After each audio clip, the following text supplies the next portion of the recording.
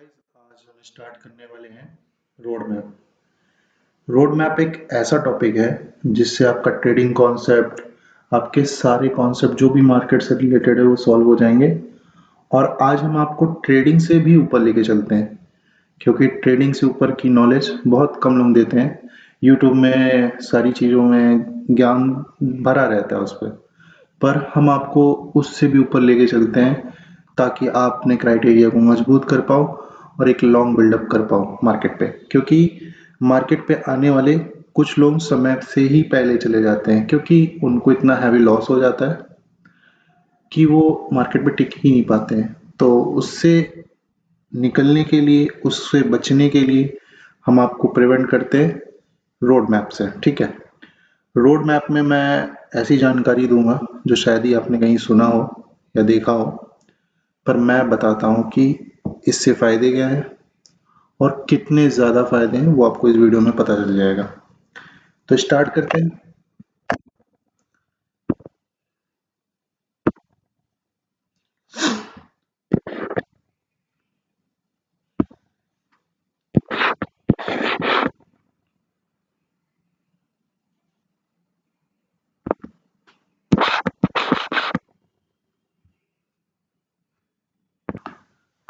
तो road map में हम लोग जानते हैं कि हम लोग किस चीज़ के बारे में नॉलेज गेन करने वाले हैं। देखिए, यहाँ पे हम जो डिस्कशन करने वाले हैं वो बिगिनर से लेके इंटरमीडिएट तक का डिस्कशन करूँगा। ठीक है, बिगिनर टू इंटरमीडिएट लेवल।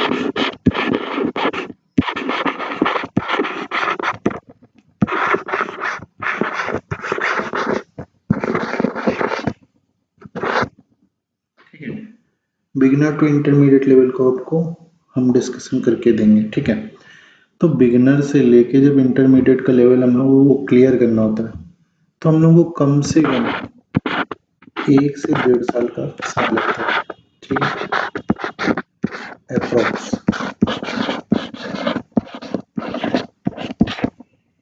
इतना लगता ही लगता है। ठीक है, अब हम लोग जब भी ट्रेडिंग को स्टार्ट करने वाले होते हैं, तो सबसे पहले हम लोगों के पास होना क्या चाहिए, क्योंकि जब तक हम लोगों के पास सिस्टम नहीं होगा तब तक हम लोग कुछ कर ही नहीं पाएंगे।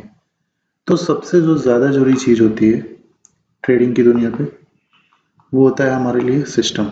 ठीक है, तो सिस्टम जैसे कि होना बहुत ही ज़रूरी है, और इसके बिना कुछ भी पॉसिबल नहीं है। ठीक है, तो सबसे पहले एक सिस्टम होना चाहिए।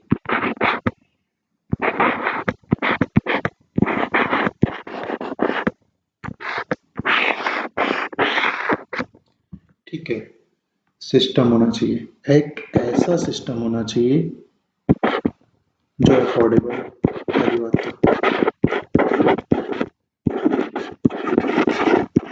वो अफोर्डेबल बहुत होना चाहिए। ठीक है, और कम से कम उसको आप एक बार परचेज करो तो 5 इयर्स तक आपको किसी भी तरीके की कोई शिकायत ना हो। इसलिए ऐसा सिस्टम होना चाहिए, बहुत ही पावरफुल सिस्टम होना चाहिए। ठीक है, प्लस उस सिस्टम पे न्यूमेरिक पैड जरूर होना चाहिए, क्योंकि कुछ कुछ सिस्टम्स में कीबोर्ड, जैसे कि ये कीबोर्ड है आपका, कुछ कुछ में सिर्फ और सिर्फ यहाँ पे न्यूमेरिक पैड होते हैं। ठीक है, तो हम लोगों को ये वाला सिस्टम अवॉइड करना है। ठीक है, हम लोगों को कैसा सिस्टम चूज करना है, एक ऐसा सिस्टम जिस लैपटॉप में हमारे लिए इधर भी न्यूमेरिक पैड हो, नंबर वाला पैड हो, और इधर भी नंबर वाला पैड हो। तो ये सिस्टम बेसिकली थोड़े से अच्छे होते हैं, क्योंकि हम लोगों को जब ट्रेडिंग में कैलकुलेशंस करनी होती है तो ये बहुत ही ज़्यादा हेल्प करते हैं हम लोगों के लिए, और हमारा समय भी बहुत अच्छा बचाते हैं। और इनकी डिस्प्ले भी बिग होती है। ठीक है, तो इनकी जो डिस्प्ले होती है थोड़ी सी छोटी होती है, तो स्मॉल डिस्प्ले पड़ जाती है, तो हम लोगों को बेजल्स दिखते हैं और ग्राफ पूरा नहीं दिखता है, चार्ट्स पूरे शो नहीं होते हैं। तो हम लोगों को चार्ट रीडिंग करने के लिए बहुत ही ज़्यादा समस्या होती है। ठीक है, तो ऐसा होना चाहिए जो इनफ हो। ठीक है, इनफ हो चार्ट रीडिंग के लिए, जिससे मैं चार्ट रीड कर पाए, और ऐसा लैपटॉप होना चाहिए जिसका सॉफ्टवेयर 100% लैगिंग फ्री हो। ठीक है, अब आप i3 के प्रोसेसर पे काम कर रहे हो और आपको फिर बार बार ग्लिचेस का सामना करना पड़ रहा है, तो ऐसे आपको बहुत ही ज़्यादा दिक्कत हो सकती है। तो सबसे पहले तो ये कॉन्सेप्ट में हमारे लिए ये होना तो बहुत ज़रूरी है, इसके बिना कुछ भी पॉसिबल नहीं है। ठीक है,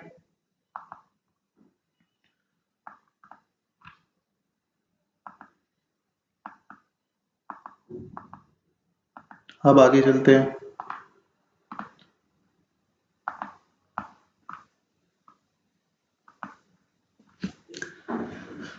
अब जब आपके पास ये चीज़ तो आपको पता होगी, लेकिन उससे पहले हम एक बात समझ लेते हैं कि किसको ट्रेडिंग स्टार्ट करनी चाहिए और किसको नहीं स्टार्ट करनी चाहिए। ठीक है, अगर सबसे पहले जान लेते हैं स्टेटस। स्टेटस क्या होना चाहिए पर्सन का? एक पर्सन का स्टेटस क्या होना चाहिए? सबसे पहले तो वो 18+ हो चाहिए। ठीक है, प्लस उसके पास पैन कार्ड हो।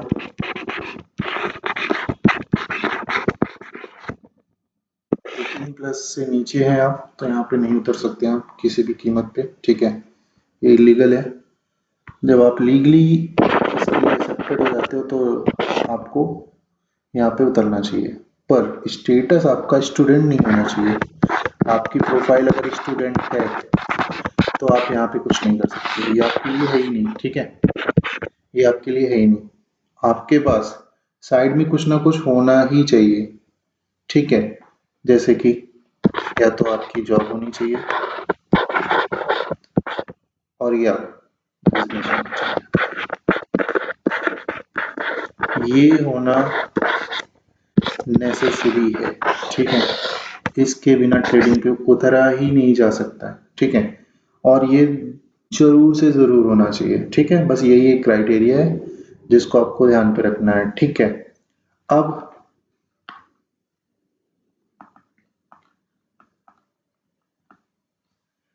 क्या करना है आपको?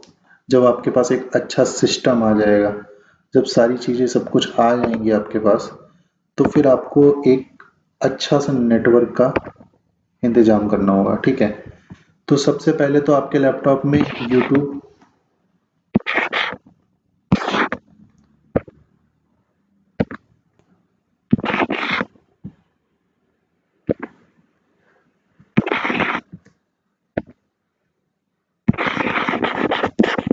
यूट्यूब और ट्रेडिंग व्यू,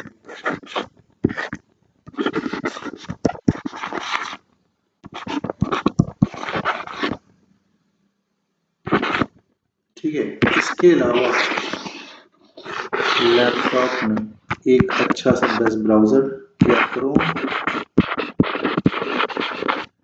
या इंटरनेट एक्सप्लोरर। इसके अलावा लैपटॉप में कुछ भी डेटा नहीं भरा होना चाहिए, क्योंकि आपको ज़रा सा भी डिस्ट्रैक्शन नहीं होना चाहिए। ठीक है, तो सबसे ज़रूरी चीज़ ये थी आपके लिए। ठीक है, अब उसके बाद पर्टिकुलर एनालिसिस करनी है आपको। 21 डेज हैबिट बनानी होगी। 1 आवर चार्ट रीड करना पड़ेगा मॉर्निंग पे, या आप जो भी टाइम बेस्ट समझो, और 1 आवर चार्ट रीड करना पड़ेगा नाइट। ठीक है, आपको जो भी आपको बेस्ट टाइम लगे आप उस पर कर सकते हो, मतलब 2 आवर्स इसको पर डे देंगे। ठीक है, ताकि ये आपका आ जाए आपके रिस्पॉन्स पे। ठीक है, उसके बाद क्या ज़रूरी है? उसके बाद ज़रूरी ये है कि आप सिर्फ और सिर्फ तभी इसको स्टार्ट कर सकते हो जब आपको बिजनेस हो, क्योंकि आपको पैसे सेव करने की बहुत ज़्यादा ज़रूरत होगी यहाँ पे। ठीक है, तो पैसे सेव करना बहुत ज़रूरी है। तो यहाँ पे सबसे पहले तो जहाँ पे आपका सिस्टम होगा वहाँ पे डिस्ट्रैक्शन नहीं होनी चाहिए। ठीक है, डिस्ट्रैक्शन होनी नहीं चाहिए बिल्कुल भी। आपका जो होम इन्वायरमेंट होगा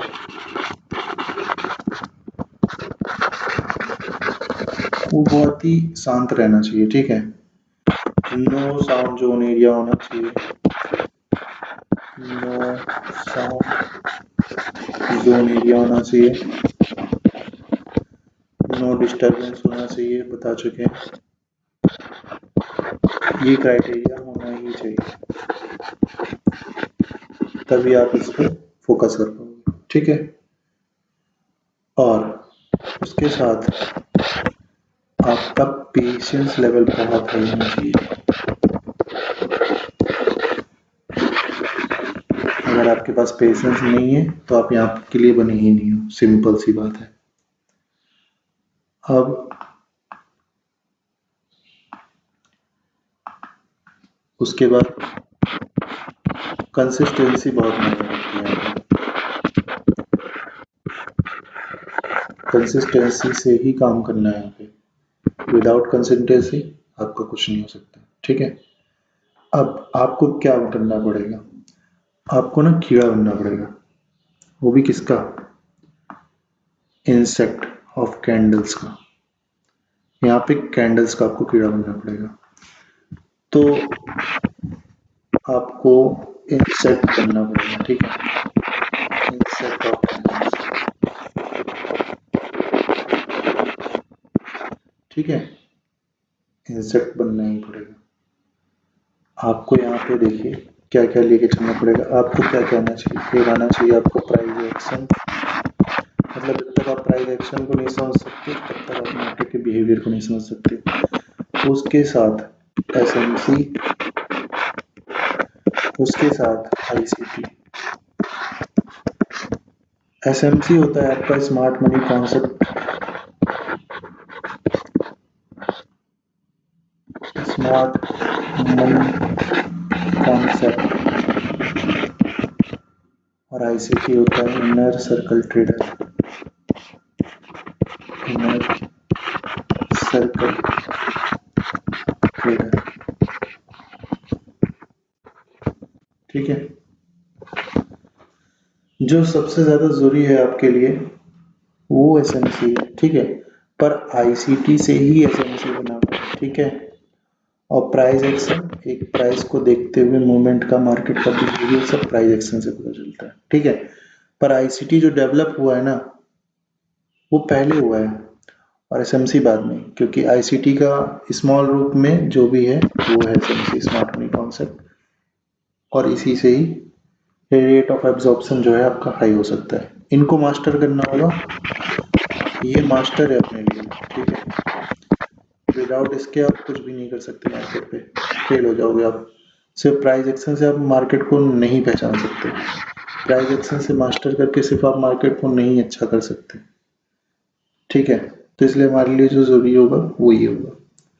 अब इसको कितने साल तक मास्टर करना है, सबसे पहले तो आपको हार्ड वर्क करना है इसको पढ़ने के लिए।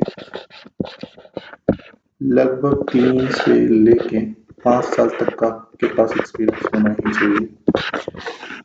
इससे पहले आप इसको मास्टर भी नहीं कर सकते। ठीक है, ये बहुत ज़रूरी चीज़ है, ये कोई बताएगा नहीं। लोग तो आज ही नॉलेज गेन करते हैं और कल से ही वो स्टार्ट कर देते ट्रेडिंग, जो कि हमें नहीं करना है। हमें उससे भी ऊपर जाना है, क्योंकि उससे भी ऊपर बहुत कुछ है जो कि आपको पता ही नहीं है। तो ये हमारा पहला पार्ट था जो कि डिवाइस और सिस्टम से रिलेटेड था और अपने क्राइटेरिया से रिलेटेड था कि क्या क्या हम कर सकते हैं और क्या क्या नहीं कर सकते हैं। ठीक है, हार्ड वर्क बहुत ज़रूरी है। विदाउट हार्ड वर्क यहाँ पे कुछ भी नहीं किया जा सकता आपको। ठीक है, अब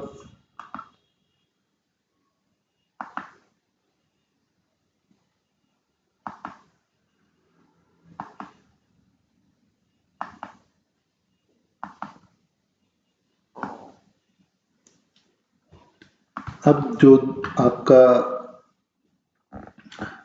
तीसरा फेज होगा वो क्या होगा, जो आपका तीसरा फेज होगा यहाँ पे, ठीक है, वो इमेज बिल्डिंग से रिलेटेड होगा। ठीक है, इमेज कैसे आपकी बिल्ड होगी, इमेज बिल्डिंग, ठीक है। इमेज बिल्डिंग आपकी कब होगी, जब मैंने आपको बताया कि कम से कम 4 to 5 years का एक्सपीरियंस होगा। ठीक है, 4 to 5 years का एक्सपीरियंस होगा। आपको जब भी जॉब करते हो तो आपको, मैंने बताया कि पैसे ना आपके खुद के होने चाहिए। तो मतलब जब भी आप जॉब कर रहे थे पिछले टाइम पे, तो आपको मनी सेव करनी थी। ठीक है, मनी सेव करनी थी। अप्रॉक्स आपके पास 2 लाख से लेके 5 लाख रुपीज तक होने ही चाहिए इन 5 सालों में। ठीक है, आपको सिर्फ और सिर्फ इन्वेस्टमेंट करनी है उस टाइम पे, और सेविंग्स करनी है। सिर्फ इन्हीं 2 चीज़ों पे ध्यान देना है, और बीच में आपको ट्रेडिंग पे नहीं उतरना है, किसी भी कीमत पे नहीं उतरना है, का मतलब नहीं उतरना है। ठीक है, अब जब आप 4 या 5 साल का एक्सपीरियंस गेन कर लेते हो, तो आप क्या कर सकते हो, आप सोच भी नहीं सकते हो। तो जब आप स्टार्टअप करोगे अपना, तो सबसे पहले तो देख लीजिए आपके पास कितने ज़्यादा स्कोप्स हैं। ठीक है, पहला तो आप ट्रेडिंग कर सकते हो, मतलब खुद के लिए पैसे कमा सकते हो, खुद का प्रॉफिट कर सकते हो। पहला तो आप ट्रेडिंग कर सकते हो। ठीक है, दूसरा आप एनालिस्ट बन सकते हो। एनालिस्ट क्या होता है, जितने भी ब्रोकर्स होते हैं बड़े बड़े, जितने भी बड़े बड़े ब्रोकर्स होते हैं, जेरोधा, धन, फायर्स, ठीक है, आप स्टॉक्स, ठीक है, एंजल वन, ये सब में आप, फर्म होती है, ठीक है, वहां पे एनालिस्ट का काम आता है। एनालिस्ट कंसल्टेंसी फर्म में भी काम कर सकता है और प्रॉ फर्म में भी काम कर सकता है। ठीक है, प्रॉ फर्म और कंसल्टेंसी फर्म। ठीक है, देखिए इंडिया पे प्रॉ फर्म तो बैन है। ठीक है, इंडिया में प्रॉ फर्म बैन है, पर कंसल्टेंसी फर्म अलाउड है। पर आप अगर कभी भी आपको मौका मिलता है, आप बहुत अच्छे एनालिस्ट हो, तो आप आउट ऑफ कंट्री प्रॉ फर्म में काम कर सकते हो। यहाँ पे इतनी बड़ी सैलरी होती है कि आप सोच नहीं सकते हो। अप्रॉक्स एक मिनिमम एनालिस्ट की जो सैलरी है, छोटे से छोटे एनालिस्ट की जो सैलरी है पर मंथ की, वो 5 करोड़ रुपीज है। 5 करोड़ रुपीज स्टार्टिंग सैलरी है।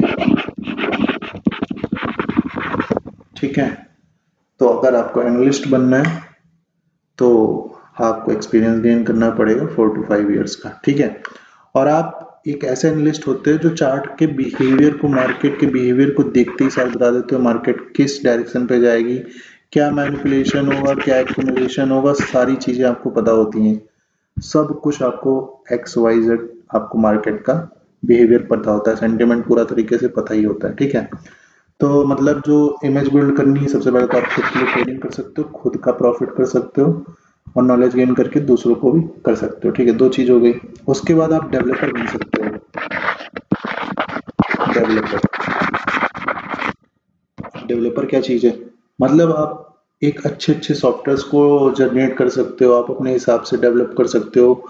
या मान लो कि आप एक अच्छी सी IT क्लास की कोई कोचिंग कर रहे हो, तो आप अपना सॉफ्टवेयर डेवलपमेंट करके आप अपने बिजनेस आइडियाज उस पे एनालिस्ट करके डाल सकते हो लोगों को। यहाँ पे ये समझ लीजिए कि आप टिप्स, रिकमेंडेशंस, ये सब एक नॉलेज और एजुकेशन के ज़रिए पे देते हो। आप किसी को यहाँ पे बायो टिप्स की लीगली कोई भी तरीके की रिकमेंडेशन नहीं दे सकते हो, ये इलीगल माना जाता है इंडिया पे। ठीक है, तो आपको डेवलपर बन करके यहाँ पे साइट और इसके जो भी डेवलपमेंट हो सकते हैं टूल्स के, वो सब यहाँ पे काम कर सकते हो। इसके लिए भी बहुत बड़ी सैलरी होती है। ठीक है, आप खुद के लिए कमा सकते हो। ठीक है, उसके बाद जो फोर्थ पॉइंट बोला मैंने आपको कि आप कंसल्टेंसी फर्म में काम कर सकते हो। कंसल्टेंसी फर्म क्या फर्म होती है, यहाँ पे लोगों का दूसरों का पैसा लिया जाता है और आप होते हो एनालिस्ट, आप होते हो एक कंसल्टेंसी फर्म के मालिक या मैनेजर या कुछ भी। तो लोग आपके पास अपना पैसा देने आते हैं, जैसे कि म्यूचुअल फंड्स और स्टॉक्स, जो भी आपको चूज करना था वो लोग आपको पैसा देते हैं और आप उनको कहते हो कि आपका जो भी प्रॉफिट लॉस होगा ये आपके उस पे है, ठीक है। हमारे बिहाफ पे कुछ भी नहीं रहता कंसल्टेंसी फर्म वालों के पास, क्योंकि वो लोग अपनी नॉलेज के हिसाब से पैसा लगाते हैं और वो पैसा बढ़ता है, ठीक है, मोस्टली बढ़ता है। 99.9% पैसा बढ़ता है और रिस्क जो होता है आपका वो सिर्फ और 0.1% का होता है, ठीक है। तो यहाँ पे रिस्क होता है पर 0.1% का होता है। तो कंसल्टेंसी फर्म क्या करती है कि जैसे कि हर्षद मेहता एक ब्रोकर था, तो लोग क्या करते थे, उसके पास पैसे देते थे और वो हम लोगों के पैसे को इन्वेस्ट करता था क्योंकि उसके पास नॉलेज थी। इसी तरीके बहुत सारी कंसल्टेंसी फर्म खुली हुई हैं, तभी लोग बोलते हैं कि फाइनेंशियल एडवाइजर से मिला जाए, ठीक है। ठीक है, क्योंकि मार्केट जो होती है सब्जेक्ट टू मार्केट रिस्क, आपने सुना ही होगा। तो इसलिए वो फाइनेंशियल एडवाइजर उसके लिए बैठे रहते हैं ताकि वो आपको बता सकें कि आपके लिए क्या सही है क्या नहीं है। पांचवा क्या कर सकता है, ब्रोकर। आप खुद एक ब्रोकर बन सकते हो। जेरोधा के फाउंडर नीतीश कामत, ये एक होटल पे काम करते थे पहले, ठीक है। इनका फ्रेंड इनका फ्रेंड इनके पास था। इन्होंने बोला कि मेरे पास एक बहुत अच्छा, मुझको स्टॉक मार्केट का बहुत अच्छा नॉलेज है, सारी चीज़ें हैं, सब कुछ है। तो इसके दोस्त और इन्होंने दोनों ने जॉब छोड़ दी थी उसी दिन और डिसाइड किया था कि मैं एक खुद का ब्रोकिंग ऐप बनाऊंगा। और फिर उन्होंने वर्क किया काफ़ी और उन्होंने एक ब्रोकिंग ऐप खोली जिसका नाम था ज़ेरोधा। और आज उनके पास इतनी संपत्ति है कि आप सोच नहीं सकते हैं। मतलब कि एक नॉर्मल सा बंदा मार्केट पे आता है और एक अपना ब्रोकिंग ऐप बना देता है जिसके थ्रू वो पूरे मार्केट पे एनएसई बीएसई और जितनी भी चीज़ों में लिस्टेड है सारी कंपनीज के बाइंग और सेलिंग हम लोगों को, पीपल्स को प्रोवाइड कराता है, ठीक है। तो आप इससे ब्रोकर भी बन सकते हो, एक ब्रोकिंग ऐप भी खोल सकते हो, अपना डेवलप कर सकते हो। तो ये इतनी बड़ी सैलरी है, सैलरी के ये रूप में ये समझ लीजिए कि आप क्या ही कह सकते हैं, मतलब आपका स्कोप इतना ज़्यादा बढ़ जाएगा कि आप सोच नहीं सकते हो, ठीक है। उसके बाद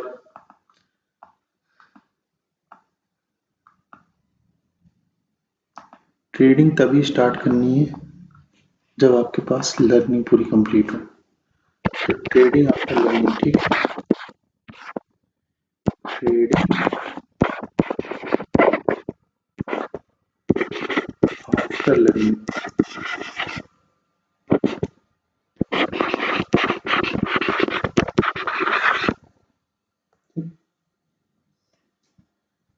आपके लिए खुद की मनी होनी चाहिए यहाँ पे, ठीक है, जो सेविंग होनी चाहिए। अब इससे और क्या कर सकते हैं, सबसे पहले तो आप टीचिंग भी कर सकते हो इससे। फीस काफ़ी अच्छी पे होती है आपको। दूसरा, ट्रेडिंग जो कि खुद के लिए करी जाती है,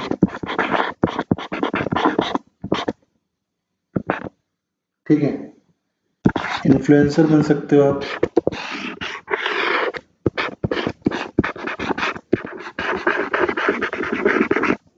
ठीक है। और जो नहीं करना है वो सिर्फ एक ही चीज़ करनी है, बाय सेल की रिकमेंडेशन टिप्स यहाँ पे नहीं देनी, टिप्स नॉट एक्सेप्टेड, ठीक है, इलीगल होता है टिप्स देना, ठीक है। अब एजुकेशन के बिहाफ पे,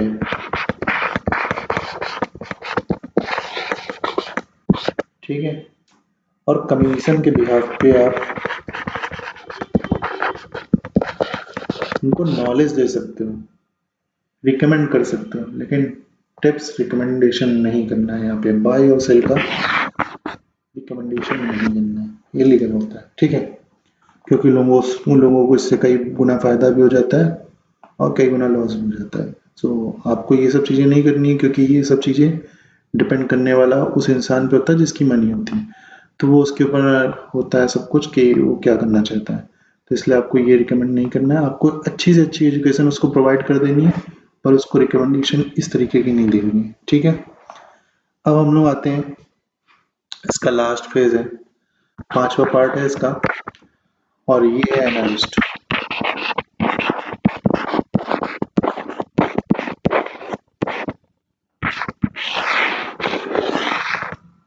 अब ये क्या चीज़ है? एनालिस्ट क्या क्या कर सकता है? देखिए, पूरे फाइनेंशियल मार्केट को स्टेबल कर सकता है। फाइनेंशियल मार्केट,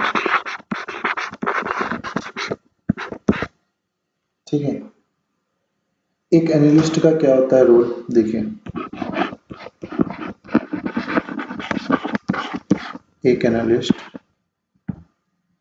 सबसे पहले तो लॉस कंट्रोल कर सकता है, लॉस को वो कंट्रोल कर सकता है, क्योंकि उसके पास इतनी अच्छी नॉलेज होती है कि उसका लॉस होना बहुत ही मुश्किल होता है, ठीक है। होता है पर बहुत मुश्किल होता है। तो वो काम किसके लिए करता है एनालिस्ट? एनालिस्ट काम करता है, देखिए, दो लोगों के लिए। एक होता है प्रॉप फर्म, प्रॉप फर्म,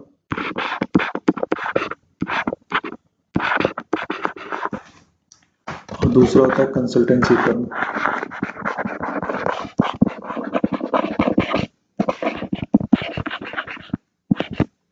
अब दोनों में अंतर क्या है? देखिए, प्रॉप फर्म क्या कहता है, सबसे पहले तो समझिए प्रॉप फर्म की कहानी क्या थी। ऑस्ट्रेलिया, ठीक है, ऑस्ट्रेलिया में,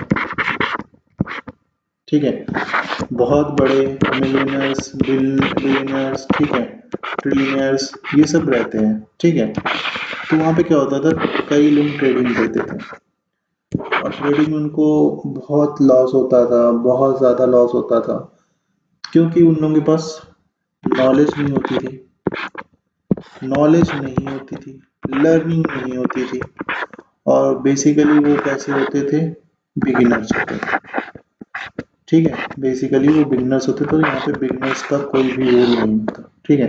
तो वो लोग बहुत ज़्यादा लॉस करते थे। तो कुछ कंपनीज के बाहर के लोगों ने डिसाइड किया कि अब ऐसा क्या किया जाए कि लोगों के लॉसेस कंट्रोल कर सकें। लोगों ने डिस्कशन किया, गवर्नमेंट ने डिस्कशन किया कि लोगों के लॉस कैसे रोके जाएं, क्या ऐसा किया जाए कि जिन लोगों को लॉस रुक जाए। तो उन्होंने क्या किया, बड़े बड़े एनालिस्ट को हायर किया, जो मार्केट के पूरे बिहेवियर और स्ट्रक्चर को देखते ही साथ बता देते थे कि मार्केट में क्या रोल होने वाला है। क्योंकि उन्होंने इतनी ज़्यादा मार्केट को अपना टाइम दिया होता है कि उनको सब कुछ एक्स वाई जेड सब कुछ पता होता है कि मार्केट का क्या सेंटीमेंट होने वाला है, क्या नहीं होने वाला है। तो उन्होंने उसको हायर किया, एनालिस्ट को, ठीक है। एक प्रॉप फर्म खोला। प्रॉप फर्म में क्या होता है कि लोगों के पैसे को आपके कुछ पर्टिकुलर आरओआई के साथ इंक्रीज करके मनी दी जाती है, जो कि इंडिया में इलीगल है, ठीक है, बट आउट ऑफ कंट्री ये लीगल है। तो वहाँ पे प्रॉप फर्म्स खुलते थे, और लोगों के मिनिमम वहाँ पे जो मतलब सरकार ने डेवलप किया कि जिसके पास ज़्यादा से ज़्यादा पैसा होगा उसको हम एक्सेप्ट करेंगे। तो प्रॉप फर्म में मिनिमम मिनिमम 3 कैटेगरीज होती थी। एक होती थी इलाइट, ठीक है, एक होती थी बैलेंस, ठीक है, एक होती थी एडवांस। जिसके पास भी $10 मिलियन होते थे उनको 60% रेट ऑफ इंटरेस्ट से पैसा एक साल में करके दे देती थी। मतलब आपने 10 मिलियन डाला है तो आपके 16 मिलियन हो जाएंगे, ठीक है। और इसमें क्या था, 10 मिलियन से लेके 50 मिलियन तक का, 10 मिलियन से लेके 50 मिलियन डॉलर तक का अमाउंट रखा रहता तो इसमें भी सेम परसेंटेज मिलते थे। और फिर जिसके पास भी बिलियंस पे हो वो एडवांस पे जाता था, ठीक है, या प्रो बोल सकते हैं। तो ये इन्वेस्टमेंट होती थी लोगों की। तो लोगों की इन्वेस्टमेंट 10 मिलियन डॉलर से ऊपर किए तो बैलेंस मोड पे आ जाता था, और जो एडवांस मोड पे जाता था उनके पास बिलियन से पैसे होते थे, ठीक है। कितना भी पैसा हो आप यहाँ पे रख सकते थे, ठीक है। रखते हैं लोग, अभी भी रखते हैं और लोग करते भी हैं, क्योंकि लोगों को बहुत कम नॉलेज होती है इस बारे में कि प्रॉप फर्म में ऐसा कुछ होता है, ठीक है। अब लोगों का तो इतना ही फायदा हो रहा है, ठीक है। ये लोग दूसरों से मनी लेते हैं, अपनी मनी नहीं यूज करते हैं, ठीक है। अब प्रॉप फर्म ने जब खोला तो यहाँ पे बड़े बड़े ट्रेडर्स होते हैं, इसके अंदर बहुत बड़े ट्रेडर्स होते हैं जो जाने माने होते हैं, और उसके साथ एनालिस्ट होते हैं जो चार्ट मेकर होते हैं, ठीक है। एनालिस्ट होते हैं जो चार्ट मेकर होते हैं। तो ट्रेडर्स प्लस एनालिस्ट का रोल होता है, और यहाँ पे एक ब्रोकर होता है जिसकी फर्म होती है प्रॉप फर्म, ठीक है। और उसके अंडर पे ये लोग काम करते हैं। तो इन लोगों की शेयरिंग होती है। मान लीजिए उसने तो सिर्फ उससे 10 मिलियन डॉलर्स लिया, ठीक है, 10 मिलियन डॉलर्स लिया, उसको दिया उसने 16 मिलियन डॉलर, ठीक है, 60% के रेट ऑफ इंटरेस्ट। मान लो वो एक ही दिन में पूरा पैसा डबल कर लेता है, उसके पास इतनी अच्छी नॉलेज है, तो सोचो आप, वो 10 मिलियन से 100 मिलियन डॉलर बना सकता है। तो जो आपका पर्सन है जिसने पैसे इन्वेस्ट किए उसको तो सिर्फ इतना ही मिल रहा है, उसकी मनी यूज हुई, उसका सब कुछ यूज हुआ, पर उसको पैसे तो मिल रहे हैं बढ़ के, वो तो को सही। क्योंकि बैंक में मोस्टली समझ लीजिए 7% का रेट ऑफ इंटरेस्ट तब मिलता है जब आप एफडी कराते हो, वरना तो 2%, 3%, इसमें क्या ही भला होना है किसी का। तो वहाँ के लोग प्रॉप फर्म पे अपना पैसा इन्वेस्ट करते हैं और इतना पैसा बनाते हैं। और प्रॉप फर्म वालों को इसमें 100 मिलियन डॉलर बनाने में देर नहीं लगती। समय लग भी सकता है, नहीं भी लग सकता है, ये उन पे डिपेंड होता है कि उनकी कैसी नॉलेज है, कैसा क्या है, ठीक है। तो वो लोग इस अमाउंट को इतना बिग कर सकते हैं कि आप मतलब सोच नहीं सकते। इनकी सैलरी जो होती है वो कभी कभी बिलियंस पे होती है, इसलिए ये मोस्टली बिलियनर्स होते ही हैं, सारे एनालिस्ट और सारे ट्रेडर्स। अगर आपने अच्छा सा वर्क किया है और अच्छा सा मार्केट को टाइम दिया है, ठीक है। तो इससे सबसे बड़ा फायदा ये था कि आप प्रॉप फर्म ये समझ गए कि प्रॉप फर्म ये होता है। अब कंसल्टेंसी फर्म क्या होता है, ये रिकमेंडेशन और एक फाइनेंशियल एडवाइजर की तरीके काम करता है। ये आपको क्या करता है, उस पे आपकी गारंटी रहती है प्रॉप फर्म पे, पर कंसल्टेंसी फर्म आप पे डिपेंड रहता है। तो कंसल्टेंसी फर्म जो होता है, कंसल्टेंसी फर्म,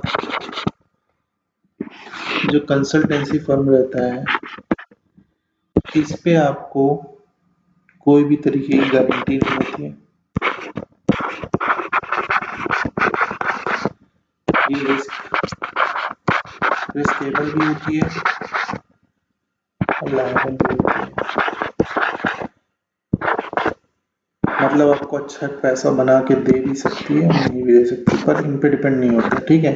ये बस आपका पैसा इन्वेस्ट करते हैं और उसके बदले कमीशन लेते हैं। यही कमीशन क्या होती है, एनालिस्ट के जेब में जाती है, ट्रेडर के जेब में जाती है और मैनेजर की जेब में जाती है। बस ये आपको आपके पैसे को ग्रो करके देते हैं। ऐसा नहीं है कि रिस्क होता है, प्रॉफिट भी होता है, और प्रॉफिट ज़्यादा होता है, रिस्क बहुत कम होता है, ठीक है। ये समझ सकते हैं। उसके बाद ये था हमारा कंसल्टेंसी और प्रॉप फर्म के बीच का डिस्कशन। अब उसके आगे देखते हैं, ये फिफ्थ पार्ट ही चल रहा है अपना और यही लास्ट है, ठीक है। तो आप सबसे पहले एक डाटा रिकवरी बन सकते हैं। डाटा,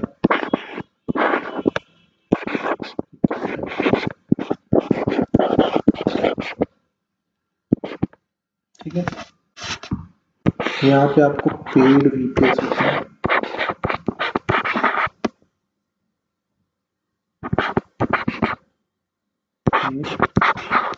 वीपीएस, ठीक है, वो भी प्रोवाइडर के।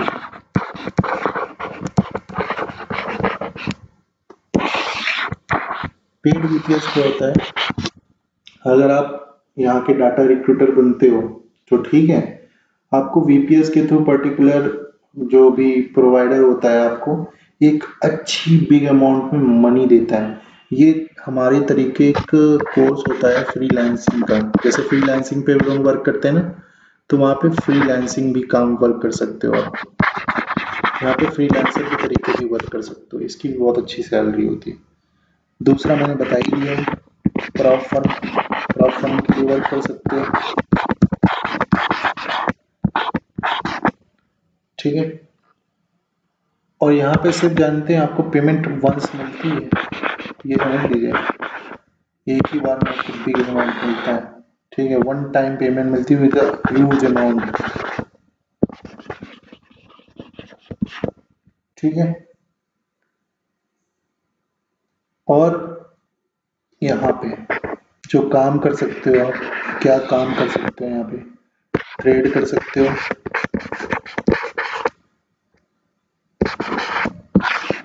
ठीक है, खुद के लिए भी और दूसरों के लिए भी, ठीक है, ऑन सेल भी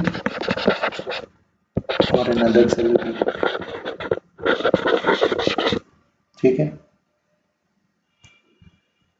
कंसल्टेंसी के लिए भी काम कर सकते हो, स्टॉक्स के लिए काम कर सकते हो,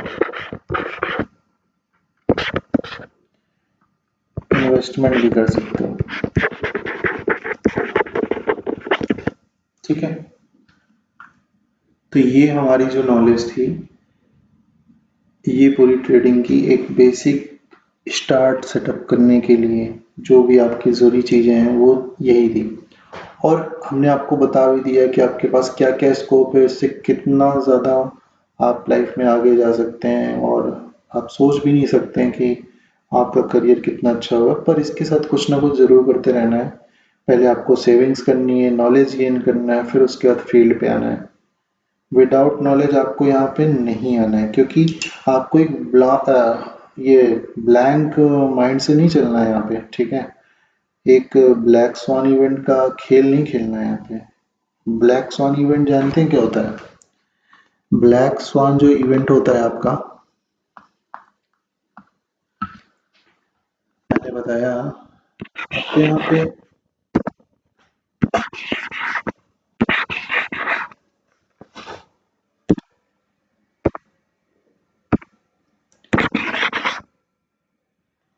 एक ब्लैक स्वान इवेंट का खेल नहीं खेलना है। ब्लैक स्वान इवेंट एक ऐसा इवेंट होता है जो कभी आता ही नहीं है दिन, जो दिन कभी आता ही नहीं है वो इवेंट होता है, वो जो कि आपको यहाँ पे नहीं करना है। तो आपके दिन पे एक ऐसा दिन नहीं आना चाहिए जो कभी आना ही नहीं चाहता हो, जो बहुत बुरा कल हो। तो इसलिए आपको यहाँ पे एक कंसिस्टेंसी पे काम करना है और एक अच्छी नॉलेज के साथ काम करना है, और जब तक आपके पास एक्सपीरियंस ना हो जाए तब तक आपको डेमो ट्रेड करना है। और यहाँ पे जो सबसे बड़ी चीज़ है ना, वो एनालिस्ट रिसर्चर बनने के लिए ही है ये फील्ड। और ट्रेडिंग कभी कभी की जाती है, क्योंकि एक ट्रेडर का माइंड से जो होता है हमेशा वो रिवेंजफुल रहता है। मतलब अगर उसको कभी लॉस हो जाता है ना, तो वो सोचता है कि मैं लॉस रिकवर कर लूँ। पर आपको एक लॉस रिकवरर नहीं बनना है, आपको बनना है एनालिस्ट, ठीक है। और एनालिस्ट से बड़ा कुछ भी नहीं है इस दुनिया पे, ठीक है। आप एक एनालिस्ट बनते हो, रिसर्चर बनते हो, तो आपको बहुत अच्छा पैसा मिलता है, क्योंकि आप सब कुछ देख समझ के ट्रेड करते हो, देख समझ के सारी चीज़ों को करते हो। आप मार्केट में ऐसे ही कहीं पे भी नहीं कूद जाते हो बीच में। जब तक आपका सेटअप नहीं बनता है, जब तक आपकी चीज़ें नहीं बनती हैं, जब तक आपके रूल एंड रेगुलेशंस फॉलो नहीं होते, तब तक आप वहाँ पे नहीं कूदते। और ट्रेडर क्या होता है, वो कहीं पे भी कूद जाता है। तो इसलिए आपको ट्रेडर नहीं बनना है, आपको एनालिस्ट बनना है, ठीक है। तो आप आज से जो भी वर्क करोगे, आप एनालिस्ट बनने के लिए करोगे, और इसके अलावा लाइफ में कुछ भी नहीं करने की सोचोगे। ट्रेडिंग जब तक नहीं करनी है जब तक आपके पास 3 से लेके 5 साल का एक्सपीरियंस ना हो, ठीक है। क्योंकि उसके बाद आप तो फिर कुछ भी कर सकते हो। आप वो कर सकते हो जो कोई नहीं कर सकता, क्योंकि यहाँ पे सिर्फ और सिर्फ 1% लक वाले लोग ही रहते हैं, सिर्फ 1% लक है, ठीक है।